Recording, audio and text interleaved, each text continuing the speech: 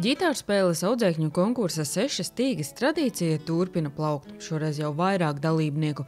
Otrais konkursa gads pulcējas 30 jaunos talantus no 10 Kurzemes reģiona skolām. Un tos dalībniekus, kuri piedalās jau otro reizi, patiešām var atšķirt citu vidū. Jo viņi ir dalībnieki ar konkursu pieredzi. Un mēs aizskatuvē redzam, ka šie bērni ir jau nobrieduši konkursiem. Tieši vēlme bērniem un jauniešiem dot iespēju gūt skatuves pieredzi ir viens no iemesliem, kāpēc konkurss 6 stīgas aizsācies. Lai gan jau pieredze lielāka, konkursanti atzīst, ka uztraukums vienalga. Par ko ir uztraukums? Par zemīti, par pārējiem. Liekas, ka viņi tā stingri varētu vērtēt, un tāpēc satraukums? Jā. Nevajag skatīties uz žūriju, man liekas, un es pastījos vienā brīdī, un tad arī tā sajuka, un sanāca tā, kā sanāca. Bet gan jau viņi tev piedos to kļūdu. Cerams, jau cerams. Protams, ka mēs jūtam šo satraukumu, un tā lieta ir tāda, ka mēs viņu arī pazīstam. Ja mēs paši spēlējam uz skatuves, un visi, gan Aivars, gan Andris, un mēs jūtam līdzi. Bet es domāju, ka šis satraukums dažiem jau šobrīd pārvēršas tādā foršā muzikālā emocijā.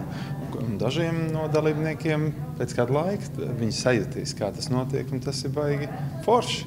Taču mierinājums konkursantiem, ja kādam satraukumā aizķeras muzikālais teksts, žūrija to nevērtējot. Mani jau interesē tās lietas, kur es pamanu kādu talanta dzirksti, kaut ko tādu īpašāku, ko mēs neredzam ikdienā.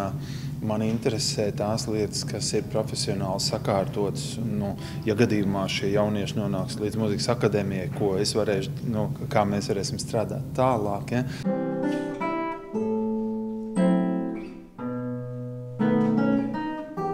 Jaunieši atzīst, ka godalgotas vietas jau, protams, nav vissvarīgākās, tomēr tās viņiem tālāk palīdzētu ikdienas motivācijā. Rojas mūzikas un mākslas skolas mērķis ir tradīciju turpināt. Jebkura skatuves pieredze, jebkura konkursa pieredze citam bērnam citu atraisa.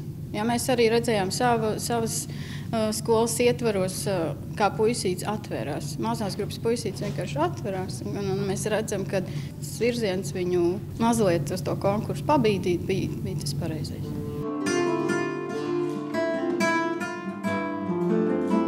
Šoreiz žūrijā Aivars Hermanis, Andris Grīnbergs un Kaspars Zemītis, un pirms rezultātu paziņošanas ģitāras rokās ņēma arī viņi paši.